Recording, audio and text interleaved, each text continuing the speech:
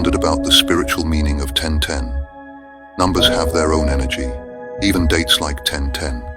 It's a symbol of karmic and spiritual growth, a new chapter in your journey.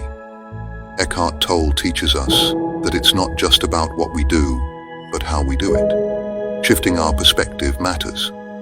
So, on 1010, let's explore change and growth.